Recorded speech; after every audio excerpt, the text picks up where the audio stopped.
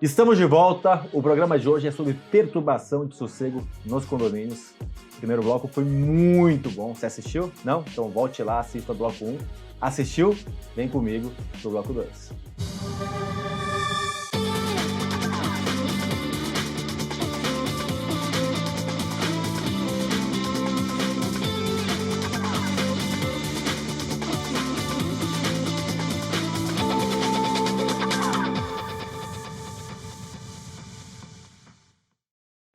Os nossos convidados especiais, 2 síndicos profissionais que estão decolando, voando, já decolaram, estão voando cada vez mais aí na carreira.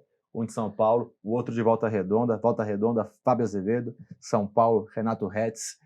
Queria que você desse a aula que você deu pra gente aqui fora do ar agora nesse intervalo sobre o volume que é aceito, que diz a legislação, que diz tudo aí que você ensinou pra gente. Polêmico, hein? A verdade, as cidades têm, né, ali a sua lei orgânica que determina o nível de decibéis tolerados e que, por exemplo, na minha cidade é 55 decibéis durante o dia e 50 decibéis durante a noite. Lembrando que a lei do silêncio, como é chamada, ela é 24 horas por dia. Então, o seu direito ao sossego é 24 horas por dia. As pessoas associam muito de 10 da noite às 6 da manhã, de 10 da noite às 8. Não. A tolerância ela é acentuada um pouquinho à noite, mas ela é bem próxima. Mas ela é muito próxima. E é impossível se cumprir essa legislação. Essa conversa nossa aqui, ela gera em torno de 70 decibéis. Vê se o vizinho está reclamando aí para mim. Se o vizinho tiver com decibelímetro, ele vai reclamar. Então a gente realmente depende muito do bom senso, da empatia, como você falou, para a gente conseguir realmente ter um convívio harmonioso. Porque se a gente for falar de legislação, de regras e levar a ferro e fogo, vai virar uma briga que vai se estender durante anos. Como que você vai comprovar? Barulho. E tem um ponto assim, tem essa parte de volume, aí a gente tem, pelo menos aqui em São Paulo, psil, né? E geralmente o barulho que mais incomoda é das 10 às 6, 7, 8 da manhã. Só que o psil, se não falha a memória, ele atende até às 10 da noite. Aí você vai reclamar pra quem? Aí você liga pra polícia. Não vem. Cara, a polícia vai vir por causa de um barulho, quer dizer, às vezes até vem. Eu já vi isso acontecer muito em condomínio, então uma festa de arromba, a polícia vem, a polícia chama atenção, desligam o som, passa meia hora, liga o som de novo. A polícia vai voltar, vai prender bandido, né? Acho que tem mais bandido para prender do que som para... É mais importante o bandido. Então, é difícil lidar, né, Renato, com esse tipo de... A gente tem a aplicação de advertência, multa, mas é difícil lidar para resolver esse tipo de problema, né? Você vai ter perfis diferentes de condôminos. Você tem aquele que é o solteirão convicto, ou é aquele jovem que a família permite que ele tenha um apartamento em São Paulo para estudar. Ou né? Tem o homem e a mulher hoje, porque... Não, antigamente era mais o menino que casava, hoje a gente tem casos... A menina passou na faculdade, está aqui e está atacando o terror. E aí, esse perfil... E então, outro perfil, sem querer generalizar, mas alguns músicos, alguns esportistas, que vão para fazer festa. Eu acho que tem algumas coisas para festa. Aqui em São Paulo, e eu já vi muito isso nos condomínios, os grandes jogadores que os clubes têm aqui, que a gente tem um que já faz algum tempo está até aposentado, tem uma barriga grande, tinha um dentinho assim, jogava muito, machucou o joelho, não vou falar o nome, que ele tinha um apartamento aqui em São Paulo, no Pacaembu, ele fazia festa todo final de semana. E pagava a multa. Vezes 5, vezes 10, vezes 1.000. O cara ganhava, sei lá, 3, 4, 5 milhões. E aí você acaba tendo esse perfil que acaba com o prédio. Então você tem, por exemplo, alguns bairros em São Paulo, tipo Anália Franco. É um bairro onde começou a ter uma incidência muito grande de jogadores de futebol. Que é perto do Corinthians. E com o perfil da galera fazendo festa. Com a galera fazendo festa. E aí, o que eu já vi, o pessoal que fosse comprar, primeira pergunta para o corretor, tem algum jogador nesse condomínio? Desvaloriza o imóvel. Né? Você tem uma desvalorização. A Gabor fez um evento, não sei se você estava, onde participou o Silvio de Salvo Venosa, né? Que é o maior civista do Brasil, desembargador, espetacular. E ele contou numa palestra dele que em Manhattan você precisa, para alguém se mudar para lá nos prédios, aprovação de 100% dos condôminos. Nossa. Então, o Renato vai mudar para cá. A gente faz uma votação. A gente aceita o Renato? Quem é o Renato? Veio da onde? Já teve o quê? A gente faz uma análise sua. E que a Madonna nunca conseguiu morar em Manhattan. Caramba. Se isso pega em condomínio, vai ter muita gente que vai ter que procurar casa. Mas é complicado, né? E aonde entra, Fábio, o síndico, né? Porque um problema entre dois condôminos não é um problema do síndico. Mas muitas vezes o síndico se envolve para não virar um problema para ele, para não crescer isso, e a gente já teve casos até de morte em condomínio. Teve um caso em Alphaville que tiveram várias reclamações de uma vizinha que andava de salto alto. Um dia o cara decidiu, abriu a porta, levou lá, deu um tiro na cara dela e matou ela. Tipo, um negócio absurdo, assim. Aonde entra, na sua visão, o síndico como intermediador, como mediador, onde ele deve se meter ou não?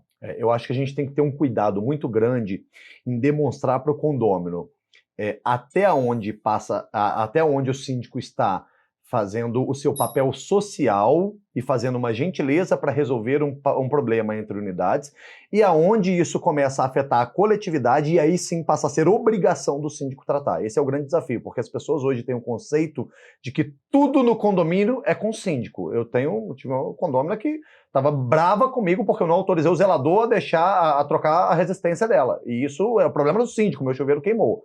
Então, trazendo para esse conceito de barulho, uma situação tem que ser analisada caso a caso, não existe receita.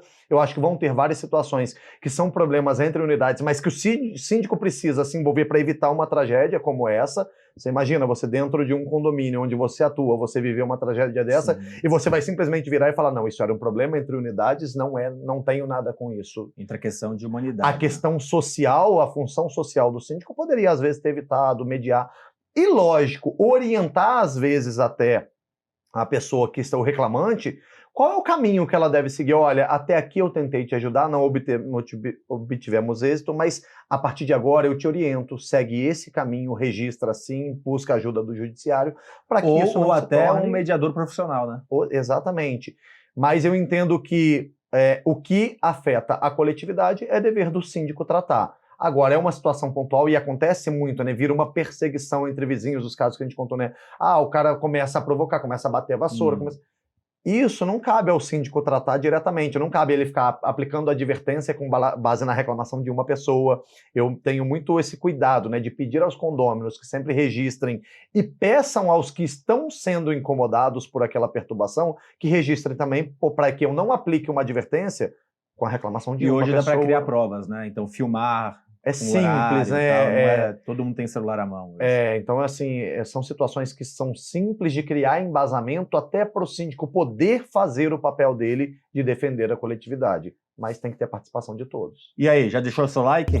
Faça aí o seu like, compartilhe, dissemine informação de qualidade. Estamos também nas principais plataformas de podcast, inclusive com Extra, que você vai assistir, que a gente contou cases especiais, engraçados, que também vale a pena ver, especialmente para quem está no podcast. Está no YouTube, vai lá para a plataforma para ver o Extra, que é bem interessante. Renato, questão de comunicação prévia, criar uma conscientização, comunicação, o que você tem para me dizer sobre isso? Você acha efetivo ou não?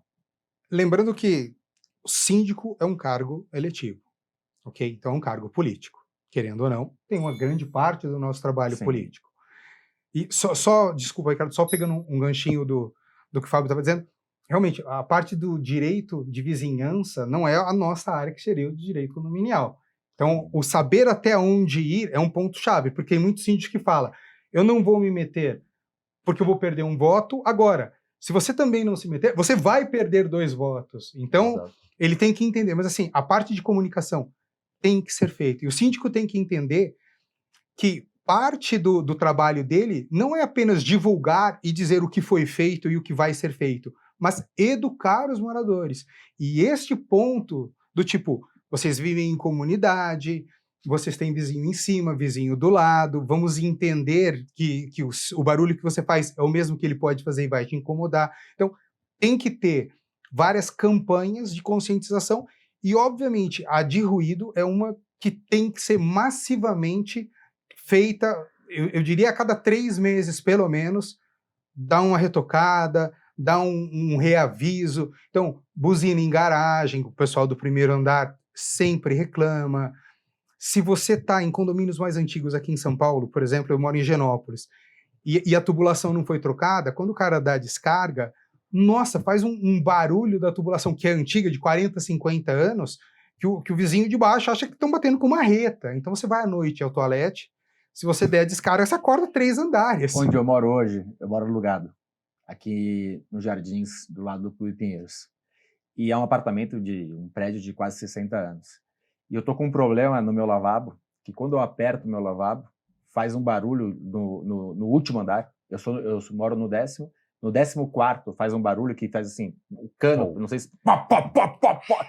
Golpe de Ariete. Cara, é um negócio absurdo, assim. E é um problema estrutural, onde quem deve cuidar é o proprietário. Eu já passei, ele não está se entendendo direito lá com a outra proprietária, eu sou apenas o inquilino. Mas eu tenho evitado usar o banheiro, só quando vem visita e tal, mas eu não uso esse banheiro porque realmente faz um barulho absurdo. Precisa ter, né? Mesmo não é meu problema, mas se eu posso amenizar, e aí você deu um exemplo bacana que é a descarga. A minha esposa, por exemplo, ela evita dar descarga durante a madrugada, ela levanta muito para ir fazer xixi durante a madrugada, ela evita dar descarga de madrugada. Chega de manhã, ela vai dar descarga, porque incomoda, né? Prédio, qualquer barulho se propaga, principalmente de madrugada, né? Tá aquele silêncio absoluto. Então, esse bom senso é fundamental para a gente saber o que vale reclamar, o que não vale, qual briga vale comprar. E esse entendimento de amanhã eu posso precisar passar por isso. Eu falo muito isso. Avalia se a situação é uma situação recorrente ou é uma situação pontual. Por exemplo, seu vizinho passou um pouquinho do horário ontem à noite porque foi um aniversário na casa dele. O parabéns foi 11h30 da noite e na hora da saída dos visitantes causou ali um certo barulho no hall. Mas acontece 2, 3 vezes no ano, que é no aniversário dele, da esposa e do filho. E aí, vale a pena comprar essa briga? Você não faz seu aniversário também 2, 3 vezes por ano? E será que não causa esse incômodo a ele? Então é ter esse entendimento. Vou puxar o gancho aqui e chamar o aplicando advertência. A advertência hoje vai para você que não se coloca no lugar do outro. Morar em condomínio é saber que o barulho do vizinho pode ou vai te incomodar, e o seu barulho também igualmente incomoda ele. Então, se você pode evitar proporcionar qualquer desconforto, faça. Não só exija, se coloca no lugar do outro, evite desconforto ao outro. E aí sim, quando o outro tiver desconforto, te causando desconforto, você pode conversar com ele, deve conversar de maneira civilizada para pedir para que ele também evite. Vamos ser mais gente, mais humano e mais colaborativo. Fica a dica, fica aí até o pedido para todos. A gente vai encerrar aqui. Quem está assistindo no YouTube pode assistir bloco 1, bloco 2.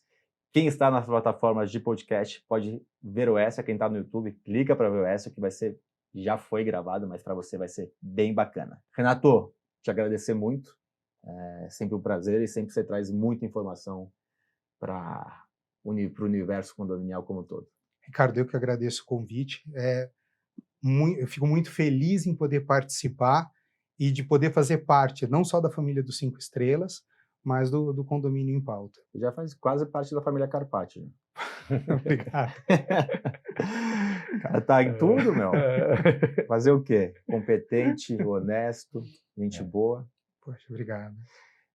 Fábio, te agradecer, de Volta Redonda, veio aqui gravar com a gente e te parabenizar pelo trabalho que você vem realizando. Eu te acompanho há algum tempo e a escalada que você tem dado também de maneira bem competente, honesta. Acho que isso tem enchido os olhos, e pensar numa cidade que é pouco vista, né, perto de capitais como Rio de Janeiro, São Paulo, Belo Horizonte. A gente está falando de uma cidade muito menor, obviamente, sim, mas que é possível fazer um trabalho de qualidade, um trabalho como você tem realizado aí. Queria agradecer e te parabenizar. Eu que agradeço, né, o convite, a oportunidade.